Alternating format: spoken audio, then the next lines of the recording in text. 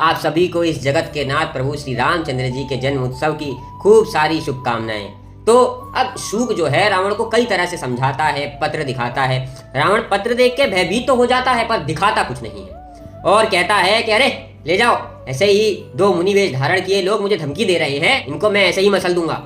अब शुक उसको बार बार समझाते हुए इस बार ही कहता है कि प्रभु मैं आपको सच बताऊं, श्री रामचंद्र जी ऐसे हैं जो लोगों के अपराधों को क्षमा करते हुए उनको स्वीकार करते हैं, अपराध सहित स्वीकार करके शरणागति देते हैं। आप बस सीता जी को लौटा दो। और जैसे ही दुष्ट ने सीता जी का नाम सुना है उसने शुक को लात मार दी है।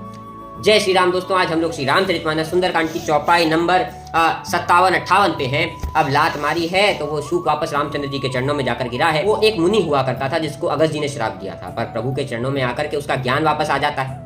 अब इधर 3 दिन बीत गए हैं समुद्र की प्रार्थना करते करते, तो अब प्रभु को बहुत क्रोध आया।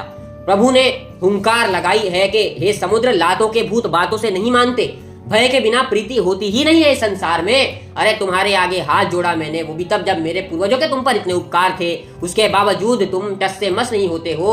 और उन्होंने अग्नि बाण का संधान किया है कि हे अग्नि, अब इस समुद्र को सुखा दो, मेरी पूरी सेना ऐसे ही जाएगी। अब समुद्र कांप रहा है, नीचे जीव जंतु जो हैं सबकी हालत खराब हो गई है, वहां पे कोलाहल मच गया है। प्रभु कहते हैं स्वयं कि ये बिल्कुल वैसा ही है जैसे ऊर्स में, जैसे सूखे में बीज बो देना और ये सोचना कि फसल आ जाएगी, पर ये तो व्यर्थ ही गया।